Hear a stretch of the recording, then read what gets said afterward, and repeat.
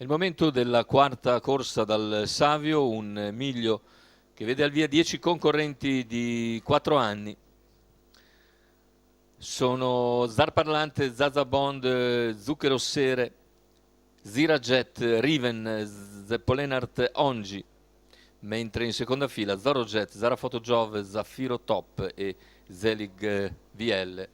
Questo è lo schieramento di partenza. I favori sono in chiusura per Riven, 1,95, Antonio Greppi in sediolo, numero 5, alternativa principale individuata in Zaffiro Top, numero 9.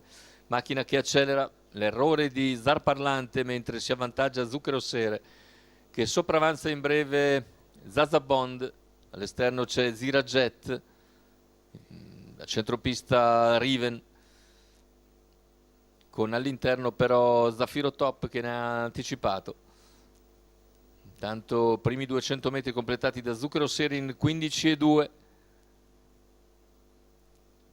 All'esterno insiste comunque Zirajet mentre serra sotto Zaza Bond e se ne va un quarto di gara che tutto sommato abbastanza sostenuto in 29,8.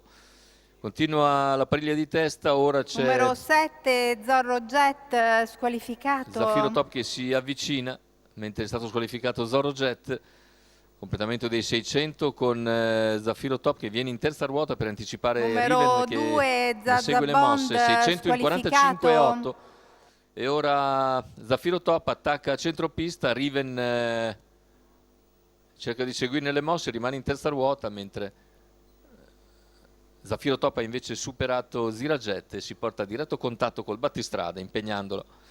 Zucchero Sere in vantaggio dopo 800 in 1 minuto e 9 decimi, rimane in terza ruota Riven. A contatto invece c'è Zara Photojov ora lungo la corda, siamo ora al chilometro in 1,16,2. Si ingamba nuovamente Riven a centropista mentre davanti c'è sempre Zucchero Sere che tiene botta a Zaffiro Top che ci prova ancora. Lungo la corda c'è Zara Photojov, all'esterno Riven, cavalli a 400 dalla conclusione con in vantaggio Zucchero Sere. Zaffiro Top dà un nuovo attacco al battistrada, l'impegna a metà dell'ultima curva, Zara Photojov più indietro con Riven all'esterno.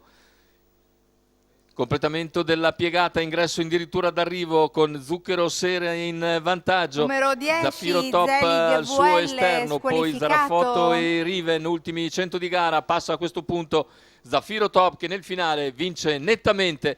Secondo posto per Zucchero Sere che tiene a bada Riven.